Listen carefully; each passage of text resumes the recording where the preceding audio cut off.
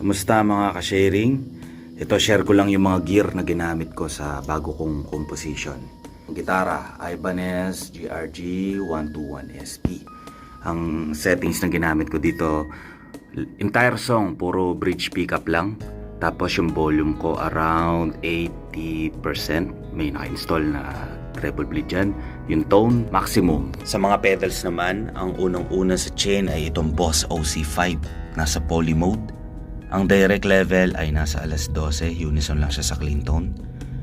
Plus 1 octave nasa 0 dahil hindi ko naman siya kailangan sa song na to. Negative 1 octave nasa maximum.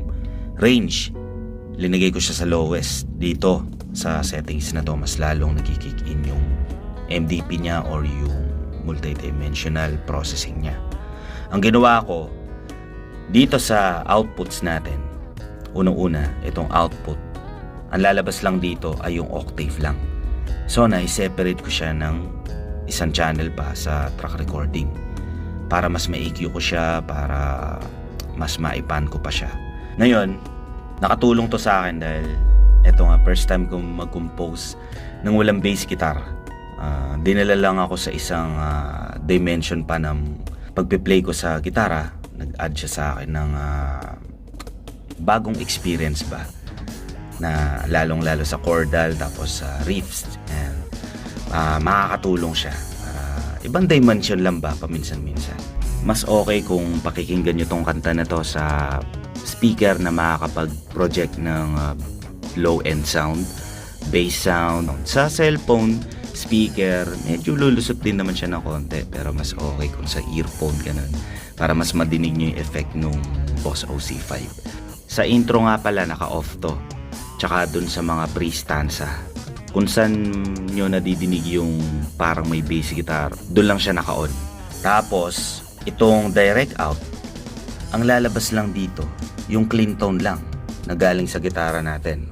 Tapos ito nga, lalabas dito sa compressor, Boss CP1X. Ito settings. Level alas 12 lang, attack alas 12, lahat alas 12, comp alas 12. So napaka basic lang, para lang may compression lang ng konti. Tapos syempre, ayan na, lalabas na ang compressor papunta rito sa Boss DS1X. Alas 12 sa level, sa low around 10 o'clock, sa high nasa 0 yan. Ang distortion ay around 10 lang, hindi siya masyadong mabigat, sakto lang. Parang overdrive sound lang siya. Tapos panibagong channel na naman papunta sa track recorder. Kaya pala linagay ko to sa pangalawa. Mas prepare ko dito na yung papasok na signal ay yung sobrang bypass sound lang ng gitara, para mas ma-emphasize ko yung dynamic nung pagpe-play ko sa right hand, sa plucking. Kasi naglalagay nga to ng mas mababang nota doon sa mas mababang nota na ipe-play ko. Kung ano yung mas dominante, yun lang yung lalagyan ng octave. Kaya mas prepare ko nga na hindi makompress yung pasok dito, para kung mas malakas yung kalabit ko sa D or mas malakas yung kalabit ko sa A, yun lang yung mga lalagyan niya ng nota. Depende sa kalabit ko. Kaya mas prepare ko na walang compressor dito. Kaya linagay ko yung compressor dito sa out. May self dynamics na ako papunta rito. Tsaka na lang niya i-compress paglabas dito sa compressor nga. Ayan, kaya yung papasok dito normal lang. At yun nga palang delay na ping-pong at reverb, linagay ko na lang yun sa post-editing. Hindi na din ako gumamit ng mga amp simulator or IR. Basta rekta na siya. Inikyo ko na lang pagdating sa post-editing. Ayan, yan yung gear natin mga ka-sharing. Sa beatbox, basic na basic lang.